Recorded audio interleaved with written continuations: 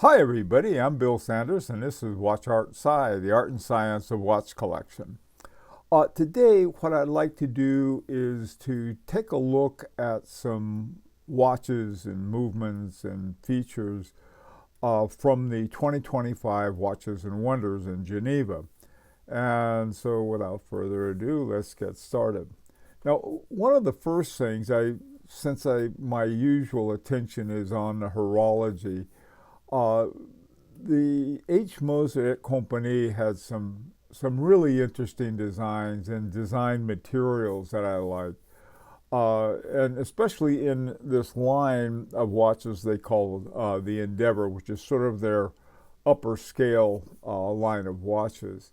The first one on the far left is done with, it's called Concept Purple Enamel.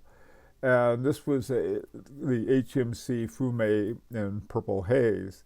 And it's sort of a grainy type of enamel that gives it a lot of texture to it, across with no other information, using fuel or leaf style hands. Now, the thing that was really a big deal that was new was they have a whole lot of these. I don't know how many, 10 or 12 watches that are part of the Concept Pop, what they call the Concept Pop. And here different kinds of stone are used in the actual dials, not just the colors, but the stones themselves, or the materials themselves. The first one in the middle is the Endeavor Tourbillon Concept Pop, deep orange coral and turquoise.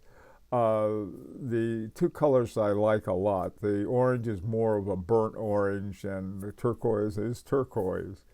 HMC 805 movement.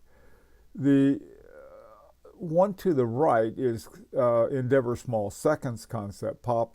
It has something called lemon chrysoprase and lapis lazuli. I'm a big fan of lapis lazuli, and there's some watches that use it on the dial, not too many. And this one they use with a small second, but boy, I tell you, the color, that lemon color is, even though it's more green than yellow, really is an interesting type of color from a stone. This is just cut off from the stone on that. And so they've done a whole lot of these, and I think they're very cool. Unfortunately, they're not a bargain basement at all. It's just really interesting timepieces. Okay, now this next one is probably one of my more favorite ones, insofar that the Rolex has done something I consider to be very innovative. I sort of look at Rolex as a very popular, very well built tool tool watch. This new one they have is called the Rolex Land Dweller. And the thing about it that is really cool is the natural escapement. Now, there's still some discussion, we'll say, over why Abraham Louis Breguet called this type of escapement a natural escapement. Essentially what you have the fourth wheel coming down from the going train, or the wheel train, and then in the image on the wheel, the funny looking thing, it looks like a octopus or something. There are two of them, the one on the right and then the one on the left. I'll refer to them as the first and second escape wheel. The first escape wheel is powered directly from the fourth wheel, and that it in turn turns the second wheel, and together they do the rocking back and forth of the lever that will kick the balance wheel left and right. And it's one of those kinds of things that I wouldn't get into an argument about in terms of how much better this is than a Swiss lever, but there is some discussion. This is really great. Let's take a little closer look at it. Okay, here you can see there's the fourth wheel. It's sort of this diagrammatic, and the first escape wheel, the one on the bottom, there's a sprocket that connects with the fourth wheel, and it turns it, or I should say, really provides the impulse to turn it, and then it in turn turns the second escape wheel, and they're kicking back the lever in the same way that your more traditional Swiss lever knocks it back and forth with a single wheel as each one is locked and unlocked. This one uses two. The natural part of it, I'm not sure. I think there was something, well, the lever is more directly connected to the wheel train. Not sure if that's would be right or not, because the pallet fork is not connected directly to the wheel train, but rather through the escape wheel, and these escape wheels works in the same way but differently. But anyway, I congratulate and really think it's wonderful that Rolex came out with it. They call it the Dynapulse Escapement, and it's, by the way, too, the whole rig is made out of silicon. And that's fine with me, because you could make it out of silicon or transitional metals and it wouldn't have any different effect. But they did finally sort of gave up the ghost on their more traditional hairspring, and finally went with silicon, and that was disappointing because, it took out the possibility of having a regulator in there, or a curb regulator anyway. But still, though, that this is like very much a case of pure horology, and good for Rolex for doing it. So the Land Dweller, I think, is really something. Now, if they just put back their old hairspring in it, it'd be a heck of a watch as far as I'm concerned. Okay, moving right along. Now, the next one is the Chopard Alpine Eagle, 8HF. 8HF the HF stands for high frequency. And the 8 is because it's 8 hertz. Now, a 41 millimeters made out of titanium. I mean, this is a very sporty sport watch. But they have the caliber Chopard 01.14-C, manufactured by Chopard. It's automatic. 57,600 semi-oscillations per hour, or 8 hertz.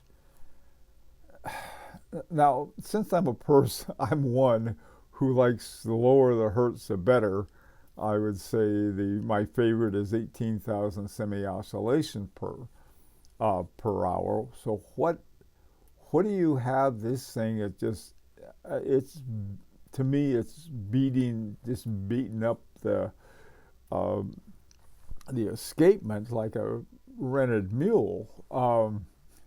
Now, the idea, of course, is that the higher your frequency, the more accuracy you're going to be able to get. But 8 hertz is nothing. A quartz has a frequency of 32,768 hertz. So you're not even anywhere near that. You might, if you want your high frequency, get a quartz, or get a smartwatch or something. But I don't know. I know that Chopard and Zenith like to jack it up, and Zenith, not Zenith, but Seiko has their watch that has a mechanical way of generating power for a quartz movement, and that's another way you could go. But I just sort of wonder what is the point of having an 8 hertz watch when you really want to have a 2.5 hertz watch? Okay, enough of that. But it's again, it's interesting. You know, maybe I'm full of beans and they got it right. Okay, now Tag Heuer, I don't know why, but I've always sort of been like, I feel like a cheerleader with two pom poms. Either that or Charlie Brown with Lucy pulling the football. I've always had something. Oh, come on now, Tag Heuer, you're going to come up with something new and great. And so they came up with this caliber called TH31-02. But then I find out that it's based on Sellita AMT. It was co-developed with them. What does co-develop mean? I want to hear. Tag Heuer's got this big factory, and they got this all of this smart technology they use for manufacturing and everything. But then they have used either ETA or Sellita movements almost from the beginning. They hired Carol Forstier-Casapi to run to head up their movement division. And she is amazing. I mean, she was like one of the top watchmakers in the world and was recognized as such by a Grand Prix award to that effect. And I keep thinking, oh boy, when she goes in there, she's going to come up with something. Now, maybe there is something I'm missing with this, but here you have something. It's a Sellita movement. Yeah, okay, they did some stuff to it, but looking at the way the regulator is set up and everything, I said, boy, that looks more like Sellita than say, oh, I can recognize that as Tag Heuer. Love the looks of the watch, though, I gotta say. I probably like the maroon one and the green one the best. Beautiful looking watch for the sort of an update of the Carrera. This one's the day date version of it. But I wish, and the price isn't bad on these either. There's around 5,000 or something, but I'm still hoping against hope that Carol's going to come up and say, look what we did something really great that's 2.5 hertz too. I doubt it, but anyway. Now, this next one is FP Journe Furtif. I should have looked up Furtif. I think it's something like Furtif. They did one for the watch only in blue, but all of this new one is this very dark, especially for me, hard to read, but interesting as all get out. It's a manual wind. The caliber is 1522. Now, I have the FP Journe Chronomet Souverain and love the movement on it. Now, a lot of the movement in this 1522 was taken from the Chronomet Souverain, but they've done a lot of things with it to open it up. You have the two barrels in parallel. They don't mention that, but it was implied. I figured, why would they change it from parallel to serial? Especially with 56 hours, that's not the kind of thing you get with a serial. Serial would be a lot higher than that. And I'd rather have one in parallel anyway for a balance. The interesting thing they did with this one is they put the power reserve indicator on the back, and so that the front is this clear type of thing, going more toward almost the kind of style that H. Moser is, this minimalist style that they have on the cover of on their dials. Then they have a moon phase down there just over right above 6 o'clock. I'm not even sure why they put it in there. Well, we got room for a moon phase. Let's put it on the back, and we can have this mysterious front. 56-hour reserve. I mean, it's really interesting. And the other, it's made out of tungsten carbide. tantalum is also part of it. So here, tantalum is very hard to work with, and I don't know how hard or easy tungsten carbide is to work with, but my hunch is it's not easy. Let me read this. It's a mirror polished anthracite, gray Grand Fou enamel on white gold with frosted numeral matte rhodium plated steel hour and minute hands, white gold, white color steel hands. Um, I don't know. There's something about that just drew me to it, and I don't know what it is. I'm nuts because I probably couldn't read the watch anyway. Okay, interesting new stuff. Love it. Now the final is one that's sort of that I looked at this and it's sort of nothing new but new. Okay. First of all, the Patrimony moon phase retrograde date. I've always liked that watch. Now this is simply a new version of it, and they put sort of looked like an engraving almost, a very subtle, it almost looks like a watermark type engraving in the background instead of a solid one. This is on their new one. And it's a caliber 2460, and then they have another long thing, R3 1L/270.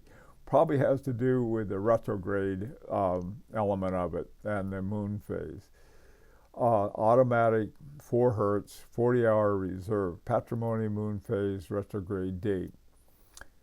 One thing about Patrimony watches, if you're looking for a relatively not crazy priced, excellent dress watch, I highly recommend it. This one is not inexpensive, but I mean on the pre-owned market, you can find some instead of a Calatrava. They're equivalent in a lot of ways, except Calatravas are a lot more expensive.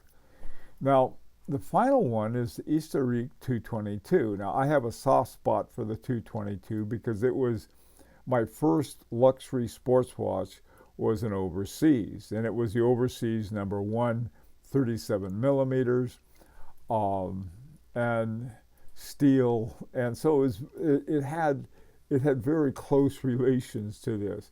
Now it had the steel bracelet on it, and on that particular one, on mine, it always popped open, and it got so automatic it just pop it shut. Now the caliber on this is 2455/2 automatic. This is not from the 5100 family of calibers that were developed in 2016 for the overseas. So this is a different movement that they have. Now, I think it was last year or year before last, they came out with the Vacheron Constantin Historique 222 in gold. Well, this one's not in gold, it's in steel, and it's a lot more affordable. I mean, if relatively speaking, instead of 100-something thousand, it's 32 Swiss francs.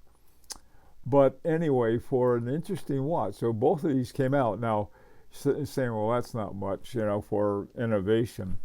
Well, Vacheron's Constantin for the Watches and Wonders this year came out with the most complicated wristwatch.